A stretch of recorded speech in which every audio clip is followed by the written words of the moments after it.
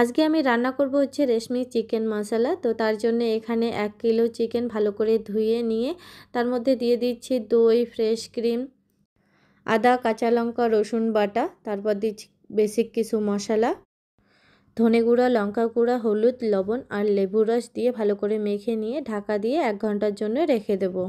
তারপর দেখো এখানে আমি মিডিয়াম সাইজের পেঁয়াজ নিয়েছি, 3টা কেটে নিলাম। কেটে নিয়ে ভাজা করে নেব।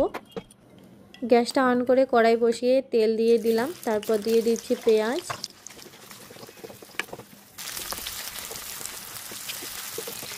তারপর এখানে কয়েকটা কাজু দিয়ে দিচ্ছি, দিয়ে ভালো করে ভাজা করে নিয়ে এগুলোকে নামিয়ে নিয়ে ঠান্ডা করে তারপর বেটে নেব।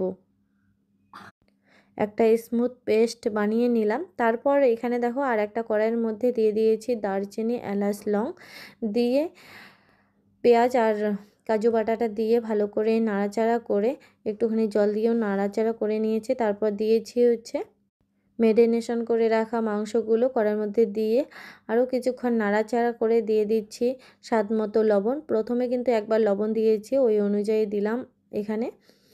তারপর একটুখানি গরম মশলা দিয়ে আবারও কিছুক্ষণ নাড়াচাড়া করে দিয়ে দিচ্ছি গ্রেভির জন্য জল, দিয়ে ঢাকা দিয়ে 15 মিনিট বা 20 মিনিট ঢাকা চাপা দিয়ে নাড়াচাড়া করে আর কি রান্না করব।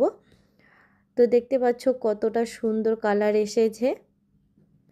লাস্টে একটুখানি দিয়ে দিচ্ছি হচ্ছে কাসুরি মেথি, দিয়ে আবারও কিছুক্ষণ নাড়াচাড়া করে নামিয়ে নিলেই হয়ে গেল আমার রেশমি চিকেন মশলা। কেমন লাগলো অবশ্যই কমেন্টে জানিও। টাটা।